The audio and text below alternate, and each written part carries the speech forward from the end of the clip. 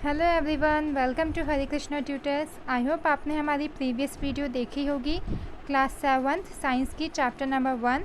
मैंने उसका link description box में गिवन है, आप उधर से देख सकते हैं। और उससे पहले आप चैनल को लाइक शेयर सब्सक्राइब ज़रूर करें। You have learnt in chapter 1 that plants can prepare their own food by the process of photosynthesis, but animals cannot. हमने प्रीवियस चैप्टर में ये चीज़ पढ़ी थी कि जो प्लांट्स होते हैं वो अपना फूड किससे प्रिपेयर करते हैं, फोटोसिंथेसिस के प्रोसेस से। बट जो एनिमल्स होते हैं वो अपना फूड खुद से प्रिपेयर नहीं कर सकते, वो किस पे डिपेंड रहते हैं, प्लांट्स पे। अगर आपको फोटोसिंथेसिस का प्रोसेस के बारे में नहीं पता तो आप सबसे पहले चैप्टर 1 की वीडियोस देखिए, जिसका मैंने लिंक डिस्क्रिप्शन बॉक्स में दिया हुआ है। Now next is animals can get their food from plants either directly by eating plants और indirectly by eating animals that eat plants. अब अभी मैंने आपको बताया कि जो एनिमल्स होते हैं उनको फूड कहाँ से मिलता है, प्लांट से। या तो उनको डायरेक्टली फूड प्लांट से मिलेगा या फिर इनडायरेक्टली। डायरेक्टली उनको कैसे मिलेगा कि वो प्लांट्स को खा ले, ठीक है। इनडायरेक्टली कैसे कि या तो वो एनिमल्स उन एनिमल्स को खाएं जो प्लांट्स खाते हैं। Some animals eat both plants and animals. कुछ एनिमल्स हमारे ऐसे होते हैं जो प्लांट्स भी खाते हैं और एनिमल्स को भी खाते हैं। Recall that all organisms, including humans, require food for growth, repair and functioning of the body. अब ये जितने भी ऑर्गेनिज्म होते हैं जो प्लांट्स और एनिमल्स दोनों को खाते हैं, इसमें हमारे ह्यूमन बींग्स भी आते हैं, ठीक है। तो उनको ये किस चीज के लिए चाहिए होता है, ये फूड अपनी ग्रोथ के लिए, रिपेयर के लिए, फंक्शनिंग के लिए, कि उनको बॉडी में कोई भी अगर फंक्शन परफॉर्म करना है उसके लिए, ठीक है। Animal nutrition includes nutrient requirement, mode of intake of food and its utilisation in the body. अब जो भी हमारा एनिमल्स का न्यूट्रिशन होता है उनमें क्या क्या चीजें होती है, जो भी आपको एक न्यूट्रिएंट में चाहिए होती है, एक तो वो सारी चीजें होती है आपकी, प्रोटीन, कार्बोहाइड्रेट, विटामिन, ये सारी चीजें होती है जो उनकी जो बॉडी होती है एनिमल्स की वो उसको यूटिलाइज करती है, यानी कि उनका इस्तेमाल करती है। The components of food such as, अब अभी हमने पढ़ा कि जो न्यूट्रिएंट्स होते हैं, न्यूट्रिएंट्स हमारे किससे बने होते हैं, फूड के कंपोनेंट से। अब वो कौन कौन से कंपोनेंट्स होते हैं, such as carbon dioxide or sorry such as carbohydrates are complex substances।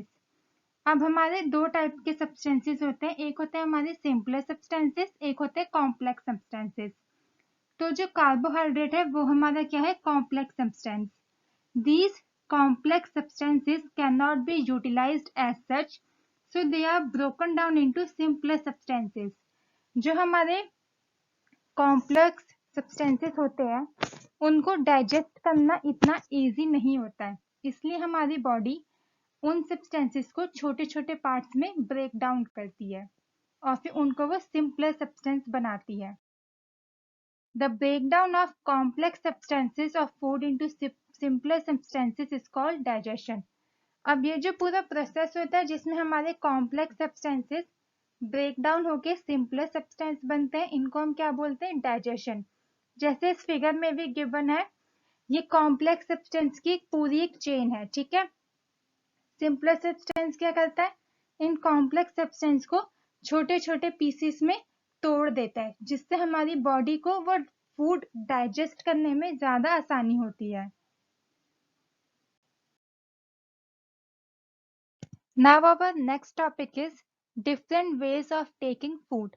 अब जो भी हमारे एनिमल्स हैं वो फूड को अलग अलग टाइप से, अलग अलग प्रोसेसेस से लेते हैं। आइए उनके बारे में हम पढ़ते हैं। The mode of taking food into the body varies in different organism. कि हमारे जितने भी ऑर्गेनिज्म हैं वो अलग अलग टाइप से फूड लेते हैं। जैसे कि प्लांट्स हमारा फूड फोटोसिंथेसिस के प्रोसेस से लेता है, बर्ड्स अलग प्रोसेस से लेती हैं, एनिमल्स अलग प्रोसेस से लेते हैं, ह्यूमन बींग्स अलग प्रोसेस से लेती हैं। अब इधर गिवन है बीज and humming birds suck the nectar of plants. अब जितने भी हमारी बीज होती है और जो हमारे जितने भी ह्यूमिंग बर्ड्स होते हैं वो अपना फूड कहाँ से लेते हैं, प्लांट्स का जो नेक्टर होता है, ठीक है, उसको वो सक यानी कि वो उसको चूस के उसका जो रस होता है वो उसको लेते हैं, ठीक है। Infants of human and many other animals feed on mother's milk. अब जितने भी इन्फेंट्स यानी कि जितने भी न्यूबॉर्न बेबीज होते हैं ह्यूमंस के और कुछ एनिमल्स के, वो मिल्क पीते हैं किनका? अपनी मदर का। जैसे कि पपीज हो गए, वो अपनी मदर का मिल्क पीते हैं, ठीक है। ह्यूमन बींग्स में न्यूबॉर्न बेबीज जो होते हैं वो भी अपनी मदर का मिल्क पीते हैं। Snakes like the python swallow the animals they prey upon। अब जितने भी हमारे स्नेक्स होते हैं, जैसे कि इन्होंने एग्जांपल दिया है पाइथन, swallow यानी कि उसको गुटक जाना, ठीक है। वो गुटक जाते किसको? Animals they prey upon. Prey यानी कि उन्हीं के जो अंडे होते हैं, जो एनिमल्स होते हैं वो एग्स देते हैं, ठीक है। वो एग्स जब फूटते हैं तब उनमें से स्नेक निकलता है, ठीक है। तो जो स्नेक होते हैं वो अपने ही एग को खा लेते हैं। Some aquatic animals filter tiny food particles floating nearby and feed upon them। अब हमारे कुछ जो एक्वेटिक एनिमल्स होते हैं वो क्या करते हैं कि पानी में ही जो फूड पार्टिकल्स जो तैर रहे होते हैं वो उन्हीं को ही खा लेते हैं। Now our next topic is digestion in human. We take in food through the mouth, digest and utilise it. हम लोग फूड कहाँ से लेते हैं? अपने मुंह से लेते हैं। उस फूड को हम डाइजेस्ट करते हैं, उसके बाद हम उसका यूटिलाइज यानी कि हम उसको यूज करते हैं, ठीक है। वो जो फूड होता है उससे हमको जो एनर्जी मिलती है तो हम उस एनर्जी का इस्तेमाल करते हैं। The unused parts of the food are defecated. हमारी बॉडी में जितना भी अनयूज्ड पार्ट्स होता है यानी कि जो भी हम खाना खाते हैं उसका जो भी हमारा वेस्ट मटेरियल निकलता है वो हम अपनी बॉडी से बाहर निकाल देते हैं। Have you ever wondered what happens to the food inside the body? अब ये हमसे पूछ रहा है, क्या आपने कभी ये सोचा कि हमारी बॉडी के अंदर जब हम फूड खाते हैं तो उस फूड का होता क्या है? आइए इसके बारे में अब हम पढ़ते हैं। The food passes through a continuous canal which begins at the buccal cavity and ends at the anus। वो ये कहता है कि ये जो फूड का जो पूरा प्रोसेस होता है ये कॉन्टिन्यूस प्रोसेस होता है, यानी कि ये कभी रुकता नहीं है। ये स्टार्ट कहाँ से होता है? Buccal cavity. बक्कल कैविटी को हम ओरल कैविटी भी बोलते हैं। बक्कल कैविटी यानी कि वो हमारे माउथ के बारे में बात कर रहे हैं कि हम पहले सबसे पहले फूड कहाँ पे जाता है? हमारे माउथ में। आगे वो क्या कह रहा है? And ends at the anus. Anus वो पॉइंट होता है जहां से हमारी बॉडी से जितना भी वेस्ट मटेरियल होता है वो बाहर निकलता है। तो हमारा ये फूड का पूरा प्रोसेस मुंह से शुरू होता है यानी कि बक्कल कैविटी और एनस में जाके खत्म होता है। The canal can be divided into various parts. अब ये जो कैनल होती है, पूरी ये चेन होती है फूड की, ये वेरियस पार्ट्स यानी कि अलग अलग कंपार्टमेंट्स में ये डिवाइडेड है।